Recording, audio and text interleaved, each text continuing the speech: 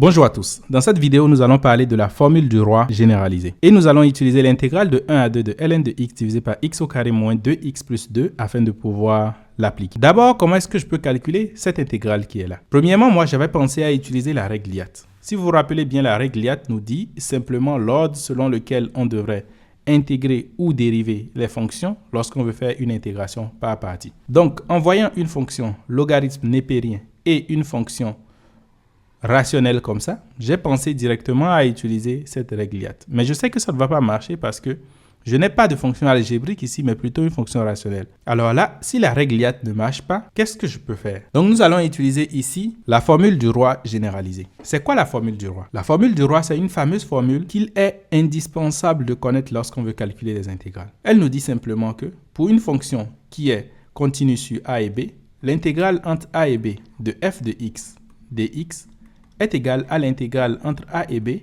de f de a plus b moins x dx.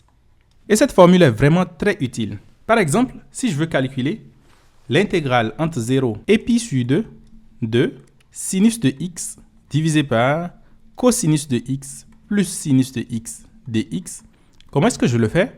J'utilise la règle qui est là, qui nous dit simplement que ceci est égal aussi à l'intégrale entre 0 et pi sur 2 de sinus de pi sur 2 moins x, puisque 0 plus pi sur 2 est égal à pi sur 2, divisé par cosinus de pi sur 2 moins x plus sinus de pi sur 2 moins x dx.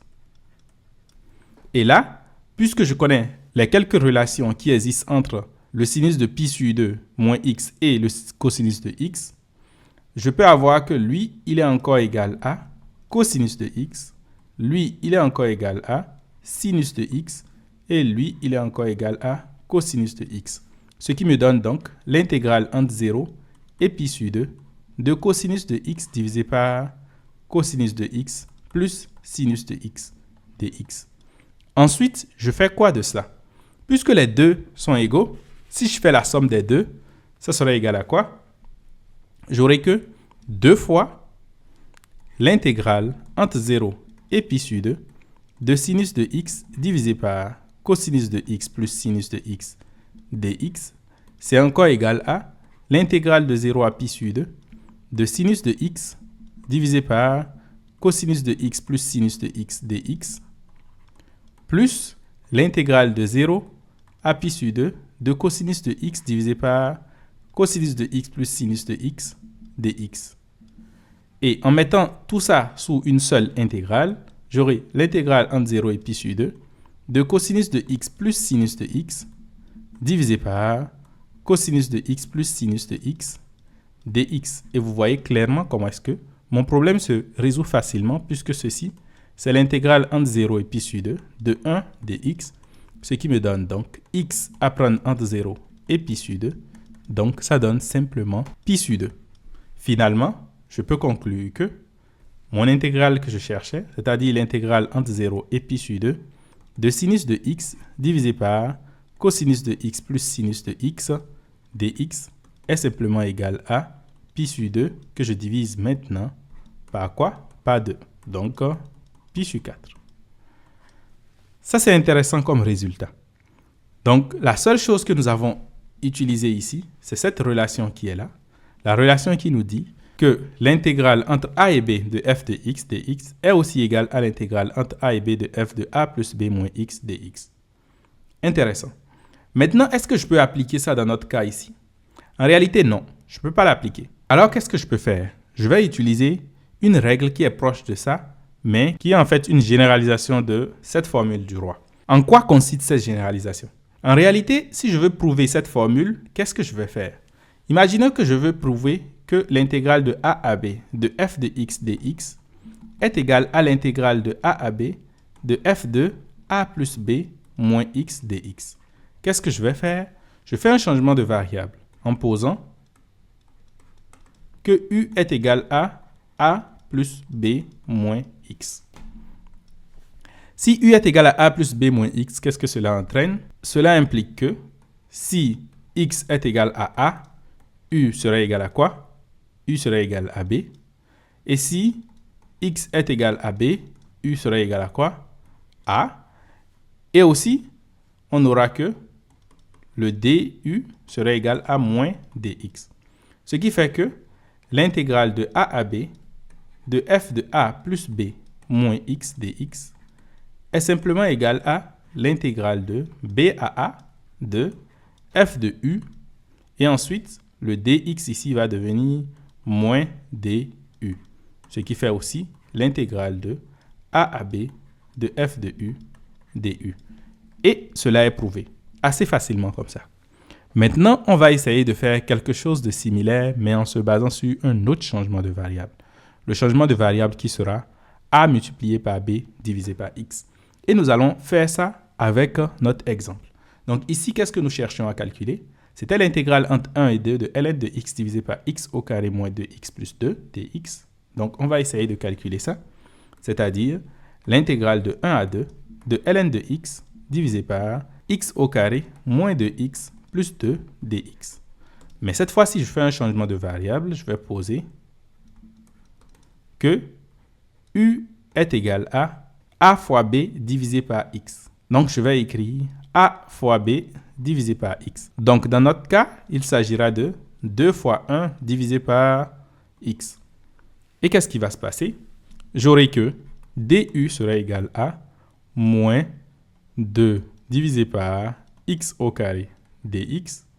Ensuite, si x est égal à 1, j'aurai que u serait égal à quoi? 2. Et si x est égal à 2, u serait égal à quoi? 1.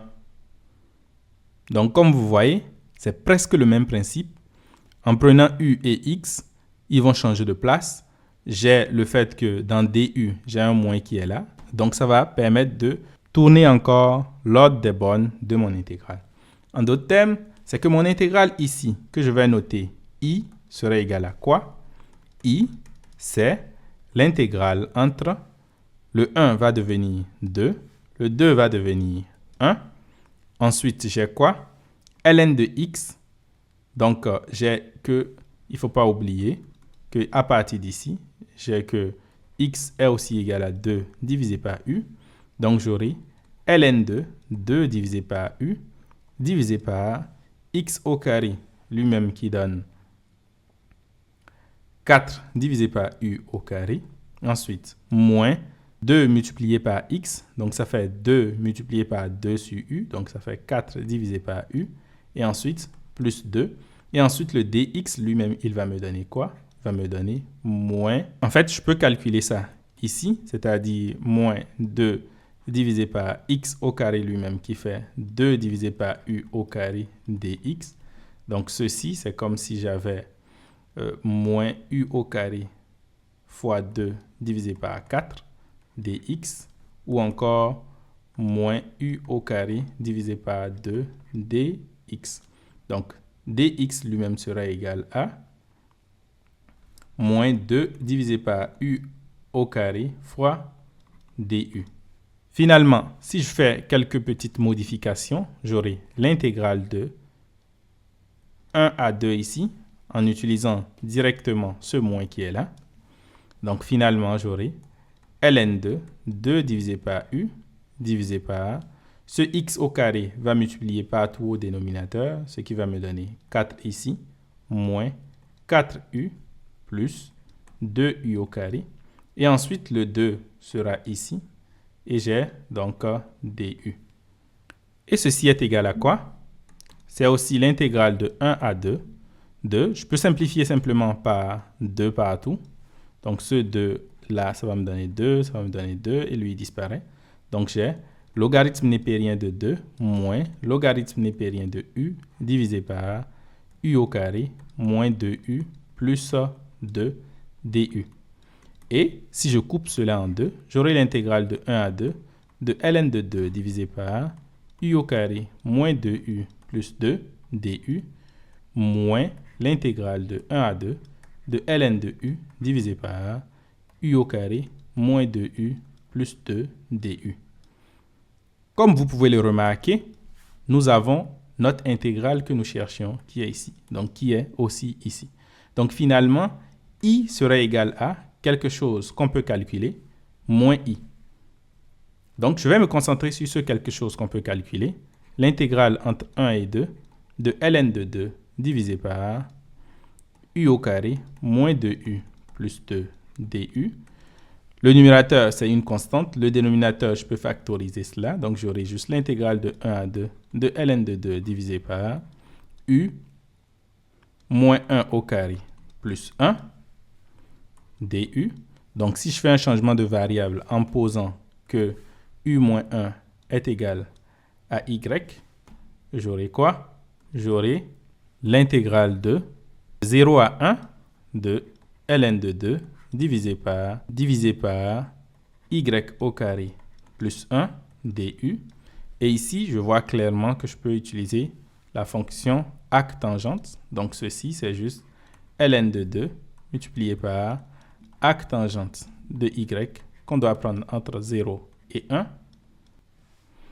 Donc, cela me donne quoi? Cela me donne simplement ln de 2 multiplié par arctangente de 1 qui fait pi divisé par 4 moins arctangente de 0 qui est 0. Donc, ceci, c'est pi divisé par 4 logarithme népérien de 2.